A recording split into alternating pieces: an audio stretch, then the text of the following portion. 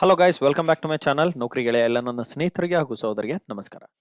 ಗೆಳೆಯರೆ, ನಿಮ್ಗೆ ಈಗಾಗಲೇ ಗೊತ್ತಿದೆ, ಹಲವಾರು ರಿಕ್ರೂಟ್ಮೆಂಟ್ಸ್ ನಮ್ಮ ಕರ್ನಾಟಕ ಗೌರ್ಮೆಂಟ್ ಅಲ್ಲಿ ನಡೀತಾ ಇದಾವೆ. ಅಂಡ್ ಅದರ ಪ್ರಾಸೆಸ್ ಅಂಡ್ ಅಪ್ಡೇಟ್ಸ್ ಎಲ್ಲ ನಾವು ಕೊಡ್ತಾ ಇದೀವಿ. ಅಂಡ್ ಯಾರೆಲ್ಲ ನಮ್ಮ ಚಾನಲ್ನ ಮೊದಲದಾಗಿ ವೀಕ್ಷಿಸ್ತಾ ಇದ್ದೀರಾ, ಸಬ್ಸ್ಕ್ರೈಬ್ ಮಾಡ್ಕೊಳ್ಳಿ. Because all the latest job recruitments ಇರ್ಬೋದು, ಗೌರ್ಮೆಂಟ್ ಇರ್ಬೋದು, ಪ್ರೈವೇಟ್ ಇರ್ಬೋದು, ಅಂಡ್ ವೇರಿಯಸ್ ಅದರ್ ರಿಕ್ರೂಟ್ಮೆಂಟ್ಸ್, ಅದರ strategies to crack the examination ಇರ್ಬೋದು, ದ ಪ್ರಿಪರೇಷನ್ ಹೇಗೆ ಮಾಡಬೇಕು, ಅಂಡ್ ದ ಸ್ಮಾರ್ಟ್ ಪ್ರಿಪರೇಷನ್ ಹಾಗೂ ಲಾಂಗ್ ಟರ್ಮ್ ಪ್ರಿಪರೇಷನ್ ಎಲ್ಲಾನು ನಿಮಗೆ ಗೈಡೆನ್ಸ್ ಕೊಡ್ತೀವಿ. And today we let us discuss about one of the interesting vacancy. ಅದು ITI limited ಅಂತ. ITI ಅಂತಂದ್ರೆ ITI ಟ್ರೈನಿಂಗ್ ಇನ್ಸ್ಟಿಟ್ಯೂಟ್ಸ್ ಅಲ್ಲ, ಇದು ಇಂಡಿಯನ್ ಟೆಲಿಫೋನ್ ಇಂಡಸ್ಟ್ರಿ ಅಂತ ಕರೀತಾರೆ. ಏನು, ಇಂಡಿಯನ್ ಟೆಲಿಫೋನ್ ಇಂಡಸ್ಟ್ರಿ ಅಂತ ಕರೀತಾರೆ. ಇದು ITI ಲಿಮಿಟೆಡ್ ಅಂತ ಇದರ name of the organisation. And government of India under ಬರುತ್ತಿದ್ದು, ಅಂಡರ್ಟೇಕನ್. ಅಂಡ್ ಬೆಂಗಳೂರೇ ನಮ್ಮ ಹೆಡ್ ಕ್ವಾರ್ಟರ್ಸ್ ಇರುತ್ತೆ, ಇದ್ರದ್ದು ಕಾರ್ಪೊರೇಟ್ ಆಫೀಸ್ ಇಲ್ಲೇ ಇದೆ. ಈಗ ಅವ್ರು ಸದ್ಯಕ್ಕೆ ಸೆಂಟರ್ ಇನ್ ಬೆಂಗಳೂರಲ್ಲಿ ಅಂಡ್ ಮಾರ್ಕೆಟಿಂಗ್ ಸರ್ವಿಸಸ್ಗೆ ಕೆಲವು ಸ್ಟೂಡೆಂಟ್ಸ್ ಎಲ್ಲ ಬೇಕಾಗಿದ್ದಾರೆ. I mean the people, lot of hirings ನಡೀತಾ ಇದೆ. ಅದು ಯಂಗ್ ಟ್ಯಾಲೆಂಟೆಡ್ ಪ್ರೊಫೆಷನಲ್ಸ್ ನ ಅವ್ರು ಹೈರ್ ಮಾಡ್ತಿದ್ದಾರೆ ಗೆಳೆಯರೆ. ಓಕೆ, ಅಂಡ್ ಆ ಯಂಗ್ ಟ್ಯಾಲೆಂಟೆಡ್ ಪ್ರೊಫೆಷನಲ್ಸ್ ಯಾವ ಬೇಸಿಸ್ ಅಲ್ಲಿ ಹೈರ್ ಮಾಡ್ತಿದ್ದಾರೆ, ಸೂಟಬಲ್ ಹಾಗೂ ಫ್ರೆಶರ್ಸ್ ಹಾಗೂ ಎಕ್ಸ್ಪೀರಿಯನ್ಸ್ ಅವ್ರಿಗೆ ಹೈರ್ ಮಾಡ್ತಿದ್ದಾರೆ. ಅದು ಟೆಂಪರರಿ ಅಂಡ್ ಕಾಂಟ್ರಾಕ್ಟ್ ಬೇಸಿಸ್ ಇರುತ್ತೆ. Okay, so let us go through in detail ಏನೆಲ್ಲ ವೇಕೆನ್ಸಿ ಇದೆ ಅನ್ನೋದು ನೋಡೋಣ. ನೋಡಿ, ಪೋಸ್ಟ್ ನೇಮ್ ಕೊಟ್ಟಿದ್ದಾರೆ, ಕನ್ಸಾಲಿಡೇಟೆಡ್ ಸ್ಯಾಲರಿ ಎಷ್ಟಿರುತ್ತೆ, and then the age criteria. Age criteria 35 ವರ್ಷ, ಯಂಗ್ ಪ್ರೊಫೆಷನಲ್ಸ್ ಗ್ರಾಜುಯೇಟ್ ಇದ್ರೆ ಸಾಕು. ಯಾವ್ದು ಕೊಟ್ಟಿದ್ದಾರೆ ನೋಡಿ, ಪ್ರಾಜೆಕ್ಟ್ಸ್ ಅಲ್ಲಿ ಇದೆ, ಮ್ಯಾನೇಜ್ಮೆಂಟ್ ಅಲ್ಲಿ ಇದೆ, IT ಇದೆ, ಪ್ರೊಡಕ್ಷನ್ ಇದೆ, and marketing. Salary monthly salary ಬಂದು 60,000 ಪೇ ಕೊಡ್ತಾರೆ ಗೈಸ್. ಓಕೆ, ಅಂಡ್ ಟೆಕ್ನಿಷಿಯನ್ಗೂ ಸಹ ಇದೆ, 35,000 ಸ್ಯಾಲರಿ ಇರುತ್ತೆ. ಓಕೆ, ಅಂಡ್ ನಂತರ ಆಪರೇಟರ್ ಪೋಸ್ಟ್ಗೂ ತಗೋತಾರೆ, 30,000 ರೂಪಾಯಿ ನಿಮಗೆ ಸ್ಯಾಲರಿ ಕೊಡ್ತಾರೆ. ಓಕೆ, ಅಂಡ್ ಇದೇ ತರ ಎಜುಕೇಶನ್ ಕ್ವಾಲಿಫಿಕೇಶನ್ ಏನ್ ಬೇಕು ಆ ಪರ್ಟಿಕ್ಯುಲರ್ ಪೋಸ್ಟ್ಗೆ. ಇವಾಗ ಪ್ರಾಜೆಕ್ಟ್ ಅಲ್ಲಿ ಇರೋರಿಗೆ ಯಂಗ್ ಪ್ರೊಫೆಷನಲ್, YP ಅಂದ್ರೆ ಯಂಗ್ ಪ್ರೊಫೆಷನಲ್, ಗ್ರಾಜುಯೇಟ್ ಇರ್ಬೋದು, ಟೆಕ್ನಿಷಿಯನ್ ಇರ್ಬೋದು, ಆಪರೇಟರ್ ಇರ್ಬೋದು. ಎಷ್ಟು ವೇಕೆನ್ಸಿ ಇದೆ ಅನ್ನೋದು ಬ್ರೇಕಪ್ ಕೊಟ್ಟಿದ್ದಾರೆ ಇಲ್ಲಿ. ಓಕೆ, ನೀವು ನೋಡ್ಬೋದು. ಅಂಡ್ ನಂತರ ಅದಕ್ಕೆ ಬೇಕಾಗಿರೋಂಥ ಕ್ವಾಲಿಫಿಕೇಶನ್ ಏನು, ಯಂಗ್ ಪ್ರೊಫೆಷನಲ್ಸ್ ಗ್ರಾಜುಯೇಟ್ ಪ್ರಾಜೆಕ್ಟ್ ಅಲ್ಲ ಆದ್ರೆ BE.Tech EC ಇರ್ಬೋದು, CS ಇರ್ಬೋದು, ಮೆಕ್ಯಾನಿಕಲ್ ಇರ್ಬೋದು, IT ಇರ್ಬೋದು, EEE ಇರ್ಬೋದು, EC ಇರ್ಬೋದು, ಆರ್ MCA ಇದ್ರೂ ಸಹ ನಡೆಯುತ್ತೆ. ಆರ್ ಅಂತ ಕೊಟ್ಟಿದ್ದಾರೆ ಅಂತಂದ್ರೆ either BE or MCA or MSc in electronics, CS or IT from a recognised university ಅಂತ ಕೇಳಿದ್ದಾರೆ. ಪೋಸ್ಟಿಂಗ್ ನೋಡಿ ಎಲ್ಲಾದ್ರೂ ಇರ್ಬೋದು, ಈ ಪರ್ಟಿಕ್ಯುಲರ್ ಲೊಕೇಶನ್ಸ್ ಅಲ್ಲಿ ಎಲ್ಲಾದ್ರೂ ಇರ್ಬೋದು. ಇದನ್ನು ಸಹ ನೀವು ಬದ್ಧರಾಗಿರ್ಬೇಕು. ಓಕೆ, ಬಟ್ ಎಲ್ಲ facilities will be given by ITI limited company only. ನೀವೇನು ವರಿ ಮಾಡ್ಕೊಳೋದು ಬೇಕಾಗಿಲ್ಲ, because it's a well established organisation. And technician ಆದ್ರೆ ಯಾರಿಗೆ, ಡಿಪ್ಲೊಮಾ ಸ್ಟೂಡೆಂಟ್ಸ್ಗೆ ಇದು ಎಲಿಜಿಬಲ್ ಆಗುತ್ತೆ. ಡಿಪ್ಲೊಮಾ ಇನ್ EC ಇರ್ಬೋದು, CS ಇರ್ಬೋದು, ಮೆಕ್ಯಾನಿಕಲ್ ಇರ್ಬೋದು, IT ಇರ್ಬೋದು, EEE ಇರ್ಬೋದು, ಸಿವಿಲ್ ಇರ್ಬೋದು. ಇವರೆಲ್ಲರಿಗೆ ಡಿಪ್ಲೊಮಾ ಕ್ಯಾಂಡಿಡೇಟ್ಸ್ ಟೋಟಲ್ ಟೆಕ್ನಿಷಿಯನ್ ಅಂತ ಅಂತಾರೆ 19 ವೇಕೆನ್ಸೀಸ್ ಇದಾವೆ. ಅಂಡ್ ಇಂಜಿನಿಯರಿಂಗ್ ಗ್ರಾಜುಯೇಟ್ಸ್ ಆದ್ರೆ 20 ವೇಕೆನ್ಸಿ ಇದಾವೆ. ಅಂಡ್ ಆಪರೇಟರ್ ಅಂದ್ರೆ ITI ಗ್ರೇಡ್ ಬರುತ್ತೆ. ITI ದಲ್ಲೂ ಸಹ ಸೇಮ್ ಬ್ರಾಂಚಸ್ಗೆ ಕಾಲ್ ಮಾಡಿದ್ದಾರೆ ನೋಡಿ, ಅಂಡ್ ಇದು ಆಪರೇಟರ್ ಅಂತ ಕರೀತಾರೆ. ಓಕೆ, ಅಂಡ್ ನೆಕ್ಸ್ಟ್ ಬಂದ್ಬಿಟ್ಟು YP ಪ್ರಾಜೆಕ್ಟ್ ಮ್ಯಾನೇಜ್ಮೆಂಟ್ ಅಂತ ಬರೋದಾದ್ರೆ ಇದು MBA ದವ್ರಿಗೆ ಇರುತ್ತೆ. MBA in project management operations ಮಾಡಿರ್ಬೇಕು, management and MSc or MSc in project management from a recognised university. And ಮತ್ತೆ ಇನ್ನೊಂದು IS ಅಂಡ್ IT ದವ್ರಿಗೂ ಸಹ ಸೇಮ್ ಬ್ರಾಂಚಸ್ ಎಲಿಜಿಬಲ್ ಇದಾವೆ ನೋಡಿಕೊಂಡೆ. ನೀವು ಆ ಪೋಸ್ಟ್ ಒಂದೇ ಅಲ್ಲ, ಈ ಪೋಸ್ಟ್ಗೂ ಸಹ ಅಪ್ಲೈ ಮಾಡಬಹುದು. ಎಸೆನ್ಷಿಯಲ್ BE.Tech ಬೇಕೇ ಬೇಕು, ಗ್ರಾಜುಯೇಟ್ ಆದ್ರೆ IS/ITಗೆ ನೀವು ಏನಾರು ಅಪ್ಲೈ ಮಾಡೋ ತರ ಇದ್ರೆ. ಅಂಡ್ MSc MCA MSc ಆದ್ರೆ ಸೇಮ್ IT ಆರ್ CS ಇರಬೇಕು. ಅಂಡ್ ಡಿಸೈರಬಲ್ ಅಂತ ಕೊಟ್ಟಿದೆ. ಡಿಸೈರಬಲ್ ಅಂತಂದ್ರೆ ಇದೇನು ಮ್ಯಾಂಡೇಟರಿ ಅಲ್ಲ, ಇದೇನು ನೀವು ತಲೆಗೆಡ್ಸ್ಕೊಬೇಕು, ಜಸ್ಟ್ ಇದು ನಾಲೆಡ್ಜ್ ಇದ್ರೆ ಸಾಕು ಅಂತಿದ್ದಾರೆ. ಪ್ರೊಫೆಷನ್ಸ್ ಇನ್ PHP, Python, Java, HTML, CSS, JS, MySQL ಇರ್ಬೋದು. ಓಕೆ, PostgreSQL SQL ಇರ್ಬೋದು, ಲಿನಕ್ಸ್ ಸರ್ವರ್ ಎನ್ವಿರಾನ್ಮೆಂಟ್. ಇದರಲ್ಲಿ ಯಾವುದೇ ಇವೆಲ್ಲಾನು ಬರ್ಬೇಕಂತ ಏನಿಲ್ಲ, ಯಾವ್ದನ್ನ ಒಂದ್ 2-3 ಬಂದ್ರು ಸಾಕು. ಇದಕ್ಕೆ ಮಾತ್ರ ಬೆಂಗಳೂರಲ್ಲಿ ವೇಕೆನ್ಸೀಸ್ ಇದಾವೆ ನೋಡ್ಕೊಳ್ಳಿ. ಎರಡು ವೇಕೆನ್ಸಿ ಇದಾವೆ. IS/ITಗೆ ಟೆಕ್ನಿಷಿಯನ್ಗೂ ಸಹ ಅದೇ ತರ ಡಿಪ್ಲೊಮಾ ಸ್ಟೂಡೆಂಟ್ಸ್ ಎಲಿಜಿಬಲ್ ಇದ್ದಾರೆ ನೋಡಿ. BSc IT ಇರ್ಬೋದು, BCA, ಡಿಪ್ಲೊಮಾ ಇನ್ CS ಇರ್ಬೋದು, ನಿಮ್ಮೆಲ್ಲರಿಗೂ ಎಲಿಜಿಬಲ್ ಇರುತ್ತೆ. ಅದು ಬೆಂಗಳೂರಲ್ಲಿ ವೇಕೆನ್ಸಿ. ಅಂಡ್ ನಂತರ ಸಿಮಿಲರ್ ಆಗಿ ಕಂಪ್ಯೂಟರ್ ಲ್ಯಾಬ್ ಆರ್ ಪ್ರೊಡಕ್ಷನ್ ಆದ್ರೆ ಗ್ರಾಜುಯೇಟ್ ಅವ್ರಿಗೆ 2 ವೇಕೆನ್ಸಿ ಇದೆ, same IT CS. And YP technician ಆದ್ರೆ ನೋಡಿ ಡಿಪ್ಲೊಮಾ ಇನ್ ಎಲೆಕ್ಟ್ರಾನಿಕ್ಸ್ ಸಪರೇಟ್ ಇದೆ, ಅಂಡ್ ನಂತರ ಮೆಕ್ಯಾನಿಕಲ್ಗೆ ಸಪರೇಟ್ ಇದೆ, ನಂತರ ಕೆಮಿಸ್ಟ್ರಿಗೆ ಸಪರೇಟ್ ಇದೆ, ಕೆಮಿಕಲ್ ಇಂಜಿನಿಯರಿಂಗ್ ಆದ್ಮೇಲೆ ಡಿಪ್ಲೊಮಾ ಇನ್ CS ಎಲೆಕ್ಟ್ರಾನಿಕ್ಸ್ ಅವ್ರಿಗೆ ಸಪರೇಟ್ ಇದೆ. ಆಪರೇಟರ್ ಆದ್ರೆ ITI trade in electronic mechanic ಇರ್ಬೋದು, ವಿತ್ ಮಿನಿಮಮ್ 2 years ಎಕ್ಸ್ಪೀರಿಯನ್ಸ್ ಸಹ ಕೇಳಿದ್ದಾರೆ. 25 ವೇಕೆನ್ಸೀಸ್ ಇದಾವೆ. Okay, ಆಪರೇಟರ್ಗೆ.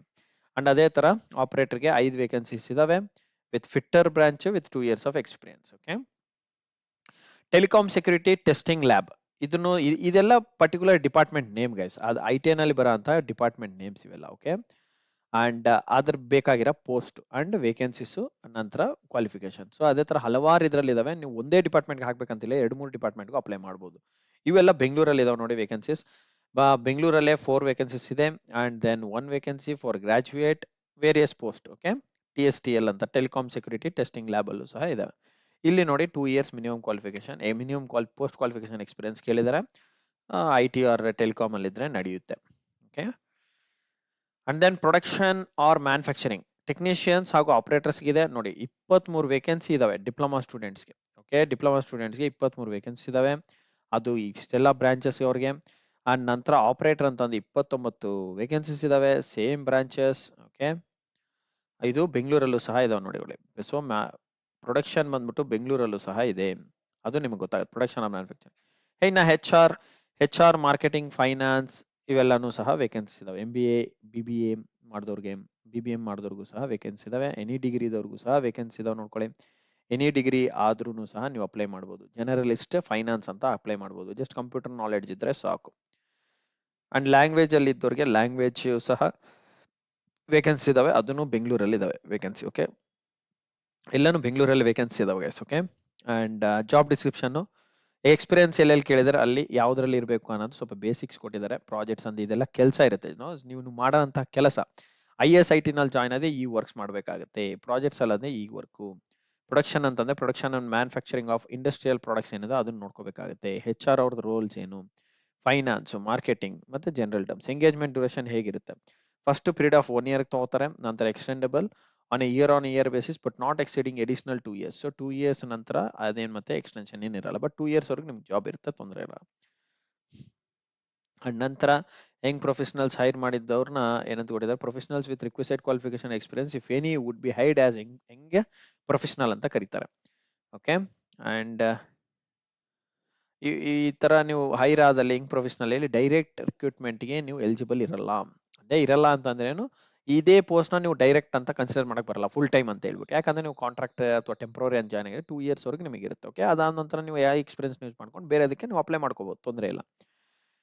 Okay, and rotational shifts ಇರುತ್ತಂತನೂ ಹೇಳ್ತಾ ಇದಾರೆ. ಓಕೆ, ಅದರ್ ಎಂಟರ್ಟೈನ್ಮೆಂಟ್ಸ್ ರೆಮ್ಯುನರೇಷನ್ ಎಷ್ಟಿದೆ ಪ್ಯಾಕೇಜ್ ಅದ್ರ ಬಗ್ಗೆನು ಡೀಟೇಲ್ಸ್ ಕೊಟ್ಟಿದ್ದಾರೆ.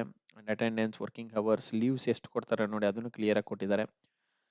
ಅಂಡ್ ಸರ್ವಿಸ್ ಕಂಡೀಷನ್ಸ್ ಏನೆಲ್ಲ ಕಂಡೀಷನ್ಸ್ ಇದೆ, ನೀವು ವರ್ಕ್ ಮಾಡ್ಬೇಕಾದಾಗ ಏನಾದ್ರು ಪ್ಯೂರ್ಲಿ ಆನ್ ಅಡ್ ಹಾಕ್ ಅಂದ್ರೆ ಟೆಂಪ್ರರಿ ಬೇಸಿಸ್ ಅಂತ ಅರ್ಥ.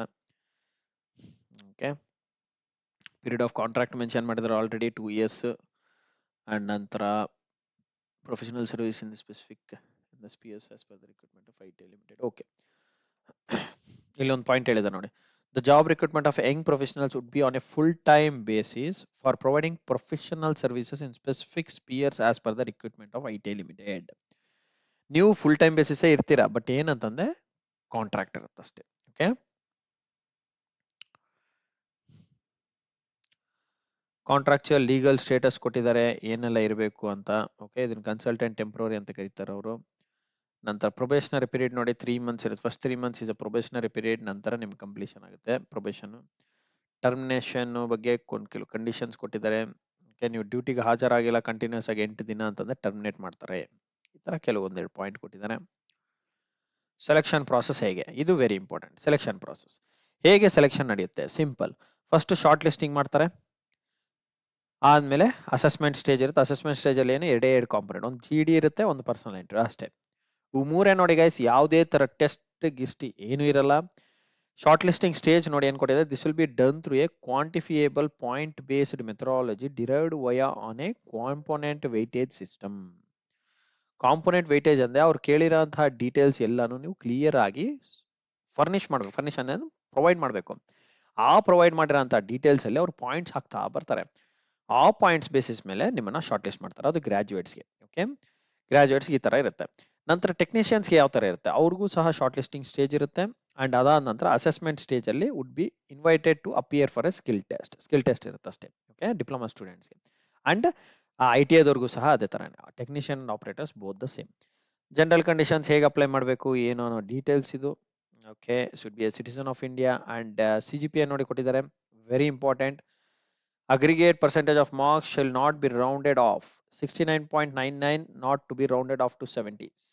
ಸೊ ನಿಮ್ಮ ಪರ್ಸೆಂಟೇಜ್ ಏನಿದೆ ಆ ಥರ ರೌಂಡ್ ಆಫ್ ಎಲ್ಲ ಮಾಡಂಗಿಲ್ಲ, ಎಷ್ಟಿದೆ ಅಷ್ಟೇ ಮೇಂಟೈನ್ ಮಾಡಬೇಕು, ಎಷ್ಟಿದೆ ಅಷ್ಟೇ ನೀವು ಬರಿಬೇಕಾಗುತ್ತೆ. ಓಕೆ, ಪಾಯಿಂಟ್ ಅಲ್ಲಿ ಎಷ್ಟೇ ಇತ್ತು ಅಷ್ಟೇ ಬರಿಬೇಕು. ಓಕೆ,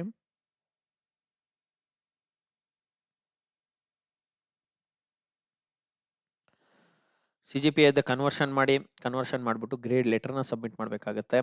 ಕನ್ವರ್ಷನ್ ಲೆಟರ್ ನಂತರ ನಿಮಿಷ. ಓಕೆ, TADA ಏನು ಕೊಡೋದಿಲ್ಲ ಅಂತ ಕೊಟ್ಟಿದ್ದಾರೆ. In case for skill test ಇಂಟರ್ವ್ಯೂಗೆ ಏನಾದರೂ ನೀವು ಬೆಂಗಳೂರಿಗೆ ಟ್ರಾವೆಲ್ ಮಾಡೋದಾದ್ರೆ ನಿಮ್ಮ ಮನೆಯಿಂದ ಇಲ್ಲಿಗೆ ಬರೋದಕ್ಕೆ ಅವ್ರೇನು ಟ್ರಾವೆಲ್ ಕೊಡಲ್ಲ.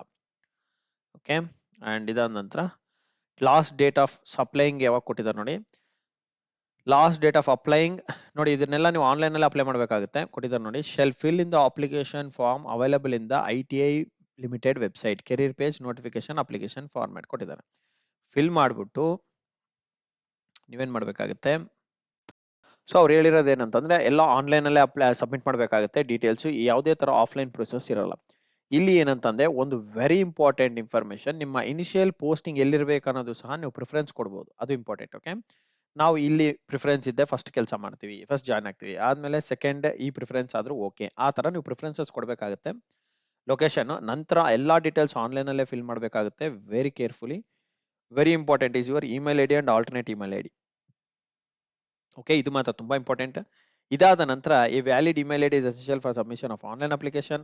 ನಂತರ ITI limited will not be responsible for bouncing of any email delivery. In case ನೀವು ಮಿಸ್ಟೇಕ್ ಮಾಡಿ ಕೊಟ್ಟಿದ್ದೀರಾ ಅಂತಂದ್ರೆ ಅವರು ರೆಸ್ಪಾನ್ಸಿಬಲ್ ಅಲ್ಲ. ಸೊ ಅದಕ್ಕೆ ಕೊಡಬೇಕಾದಾಗ ಮೊಬೈಲ್ ನಂಬರು ಹಾಗೂ ನಿಮ್ಮ ಇಮೇಲ್ ID ಕ್ಲಿಯರ್ ಆಗಿ ಕೊಡ್ರಿ.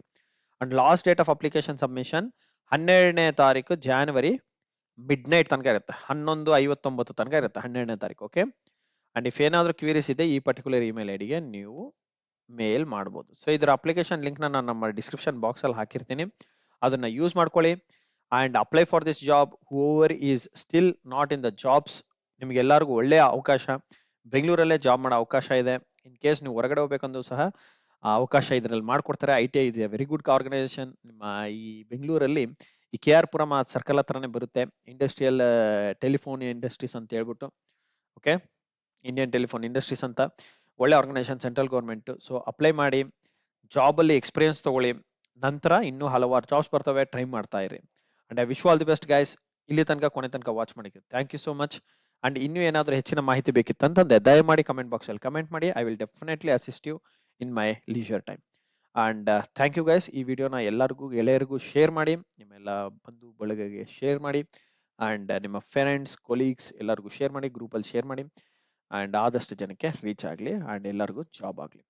ಏನಾದರೂ ಹೆಚ್ಚಿನ ಕ್ವೀರಿ ಬೇಕಿತ್ತು, ಡೌಟ್ಸ್ ಇದಾವೆ, ಕ್ವೀರಿ ಇದೆ ಸರ್ ಅಂತಂದ್ರೆ ದಯಮಾಡಿ ಮೆಸೇಜ್ ಮಾಡಿ, so that I will try to respond to you as soon as possible. And I wish you all the best guys. Take care.